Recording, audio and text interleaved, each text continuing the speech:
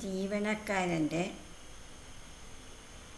PRAN permanent retirement account number എടുത്ത് അത് സ്പാർക്കിൽ validate ചെയ്യുന്ന പ്രോസസ്സാണ് ഈ വീഡിയോയിൽ കാണിക്കാൻ പോകുന്നത്. ഇപ്പോൾ സർവീസിൽ കയറുന്ന എല്ലാവരും NPS വകയിൽ ഒരു എമൗണ്ട് അടയ്ക്കേണ്ടതുണ്ട്. അതിനായി പ്രാൻ അപേക്ഷ കൊടുക്കണം.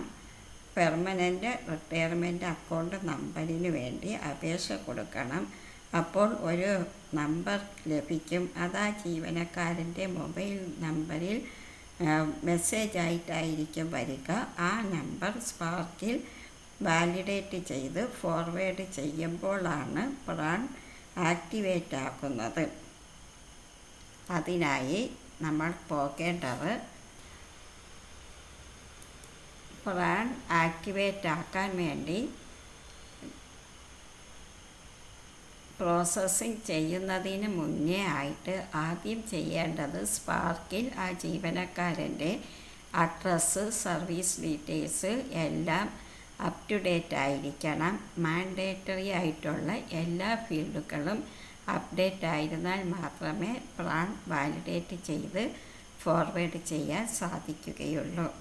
അതേപോലെ ആധാർ കാർഡും സ്പാർക്കിൽ വാലിഡേറ്റ് ചെയ്തിരിക്കണം.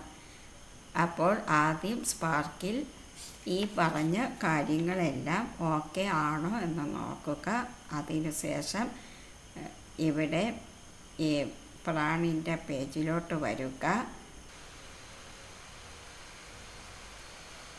സർവീസ് മാറ്ററിൽ validate and forward NPS PRAN എന്ന പേജിൽ ജീവനക്കാരനെ സെലക്ട് ചെയ്യുക.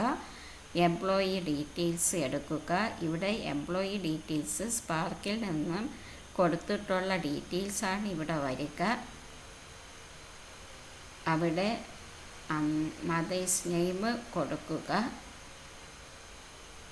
ബാക്കിയെല്ലാം സ്പാർക്കിൽ കൊടുത്തിട്ടുള്ള ഡീറ്റെയിൽസ് ഇവിടെ അപ് ടു ഡേറ്റ് ആയിട്ട് വന്നിട്ടുണ്ടാവും. സേവ് കൊടുക്കുക.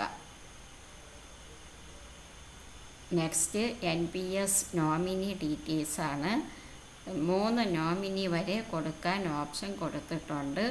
നോമിനിയുടെ address, date of birth, relationship, percentage, എത്ര പെർസെൻറ്റേജാണ് നോമിനിക്ക് പോകേണ്ടത്, നോമിനിയുടെ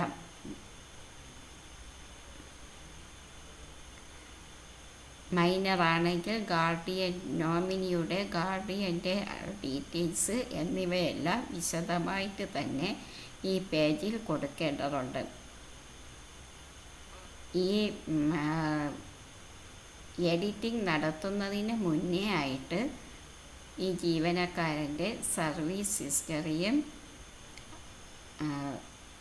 സർവീസ് മാറ്ററും അൺലോക്ക് ചെയ്തതിന് ശേഷം വേണം ഈ പേജിൽ കയറേണ്ടത്.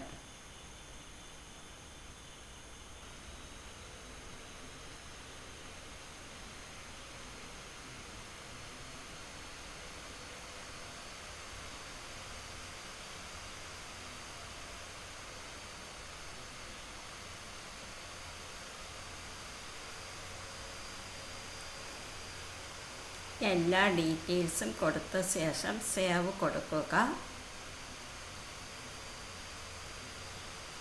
ഓക്കെ. ഇനി പ്രാണിന് വേണ്ടിയുള്ള bank details, bank account for PRAN എന്ന പേജ് സെലക്ട് ചെയ്യുക. ആവശ്യമായ ഡീറ്റെയിൽസ് കൊടുക്കുക. അക്കൗണ്ട് നമ്പർ, ബാങ്ക്, ബ്രാഞ്ച് ഇവയെല്ലാം കൊടുക്കുക. സേവ് കൊടുക്കുക. അത് കഴിഞ്ഞ് validate and forward to DTO, district treasury ഓഫീസർക്ക് ഫോർവേഡ് ചെയ്യുക. അപ്പോൾ മാത്രമാണ് പ്രാൻ ആക്ടിവേഷൻ നടക്കുന്നത്.